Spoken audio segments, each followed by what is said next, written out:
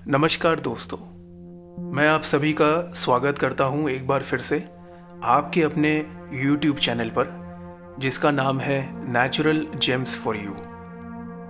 सबसे पहले मैं आप सभी का धन्यवाद अदा करना चाहता हूं, शुक्रिया अदा करना चाहता हूं, क्योंकि आपके स्नेह और आपके सहयोग से ही हमारा ये छोटा सा चैनल आज 1000 से भी ज़्यादा सब्सक्राइबर्स के साथ है और इस उन्नति का पूरा श्रेय जाता है आप सभी को। मैं आज आपके सामने एक बहुत ही इंटरेस्टिंग और बहुत ही यूज़फुल टॉपिक के बारे में, सब्जेक्ट के बारे में बात करूंगा, और ये विषय है चंद्रमा और बुध के बारे में, यानी मून एंड मरकरी के बारे में। आमतौर पे कभी भी आप मून और मरकरी का स्टोन यानी बुध का पन्ना और चंद्रमा का मोती एक साथ धारण करते हुए कम ही देखेंगे, बहुत ही कम। और अगर देखेंगे भी तो अधिकतर वो नवरत्नों में या सप्तरत्नों के यंत्रों में ही देखेंगे। दोस्तों, ऐसा क्यों है? क्या आपको पता है कि मून यानी चंद्रमा और मरकरी एक दूसरे को अपना शत्रु मानते हैं, और ये शत्रुता दोनों तरफ से बराबर की नहीं है। मरकरी यानी बुध, उनकी तरफ से ही शत्रुता ज़्यादा है और वो चंद्रमा को अपना शत्रु मानते हैं। अब क्यों मानते हैं ये मैं आपके सामने आज बताने वाला हूँ, और पूरा प्रयास करूँगा कि अपने एंगल से मैं आपको ये चीज़ सही बता पाऊँ। तो मैं और समय ना वेस्ट करते हुए टॉपिक को आगे बढ़ाता हूँ।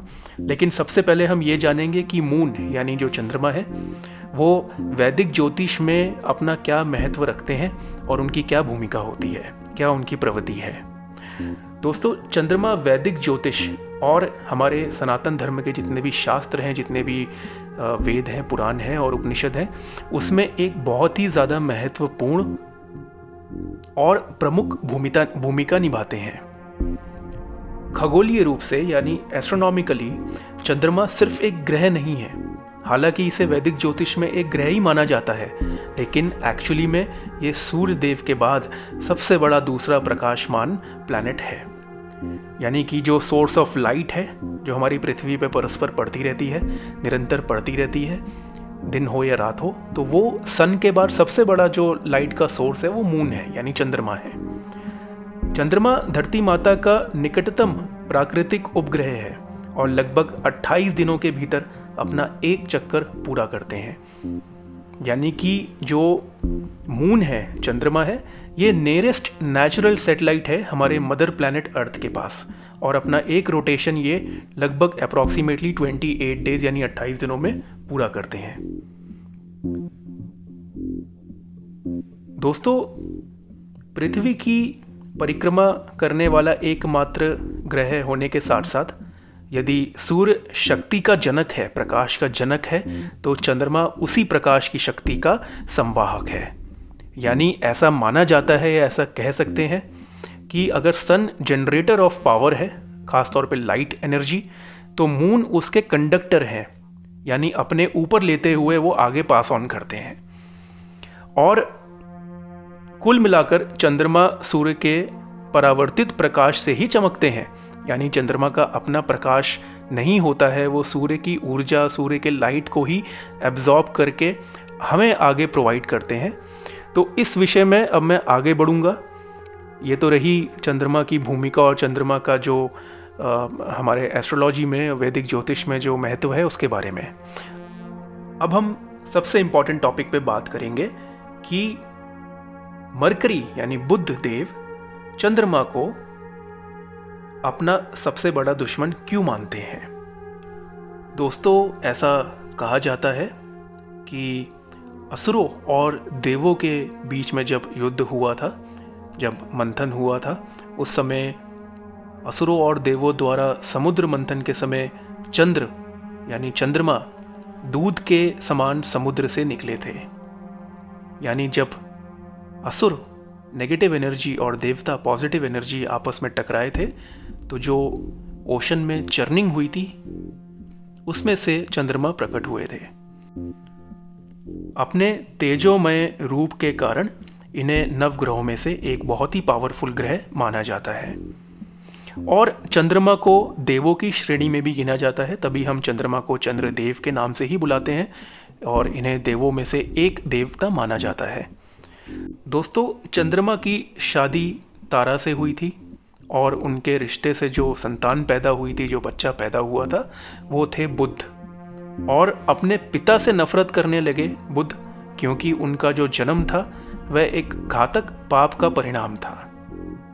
जी हाँ, असलियत यही है कि चंद्रमा ने जब तारा से शादी करी और जो तारा थी वो एक्चुअली में जुपिटर की यानी बृहस्पति की वाइफ थी, और जब चंद्रमा ने गुप्त रूप से तारा से विवाह किया तो जो संतान पैदा हुई, जिस संतान की उत्पत्ति हुई, वो मरकरी यानी बुध थे।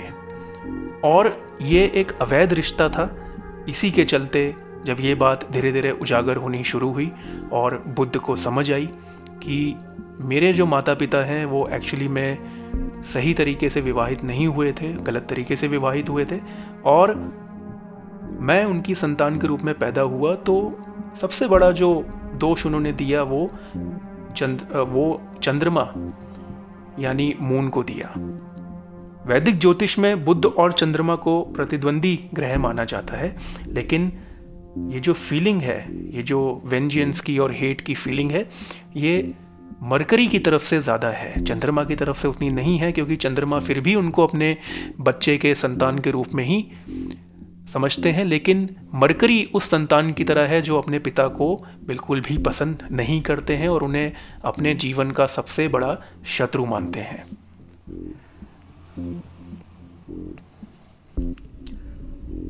ये भी कहा जाता है कि बाद में चंद्रदेव ने प्रजापति तक्ष, जो माता सती के भी पिता थे, उनकी 27 बेटियों से शादी करी, जो कि हमारे 27 नक्षत्र यानी कॉन्स्टलेशन माने जाते हैं। और महाराजा प्रजापति दक्ष की एक ही शर्त थी कि चंद्रमा को 27 में से किसी का पक्ष नहीं लेना चाहिए और सभी को समान रूप से प्यार करना चाहिए। लेकिन चंद्रमा इस चीज़ में विफल हो गए, फेल हो गए। हालांकि चंद्रमा अपना वादा निभाने में नाकाम रहे और उन्होंने रोहिणी से, जो नक्षत्र रोहिणी थी, उनसे बहुत ही लगाव और बहुत ही प्रेम रखा। परिणाम स्वरूप एक दिन प्रजापति दक्ष जब क्रोधित होकर चंद्रमा के पास पहुंचे और उन्होंने अपनी बाकी 26 बेटियों का अपमान होते हुए देखा, तो उन्होंने एक दिव्य चमत्कार के साथ, एक दिव्य शक्ति के साथ चंद्रमा को ये श्राप दिया कि वह अपना जो दिव्य चमक है, जो अपना ऑरा है, जो अपनी ब्रिलियंस है, उसको खो देंगे।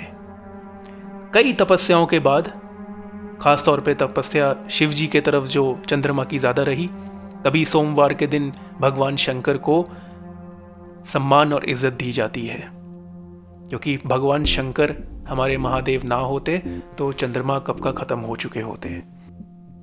तो अपनी चमक वापस पाने के लिए कई तरह की तपस्याएं चंद्रदेव को करनी पड़ी और फाइनली उस कर्स को, यानी उस श्राप को इस तरह से काटा गया कि चंद्रमा 14 दिन की साइकिल में चमकेंगे और बाकी के 14 दिन की साइकिल में वो चमकहीन हो जाएंगे, उनकी चमक खत्म हो जाएगी।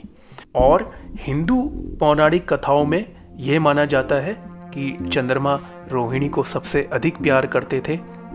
यही कारण है कि विशेष रूप से रोहिणी नक्षत्र के दौरान वृष राशि में चंद्रमा उच्च के हो जाते हैं।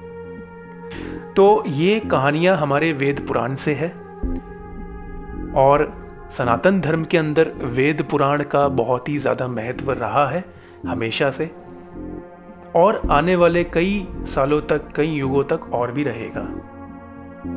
तो दोस्तों, ये एक वजह है कि मरकरी यानी बुध चंद्रमा को, यानी अपने पिता को, इतना नफरत क्यों करते हैं।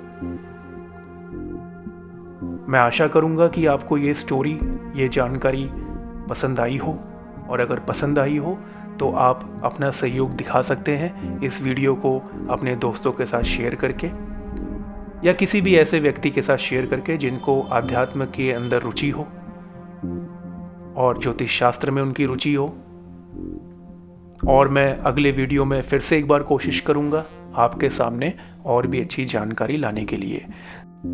और हमेशा की तरह मैं यही बोलूँगा कि आप सिर्फ अच्छा सोचें, ना सिर्फ अपने लिए बल्कि अपने आसपास के हर जीव जंतु के लिए। बहुत बहुत धन्यवाद दोस्तों।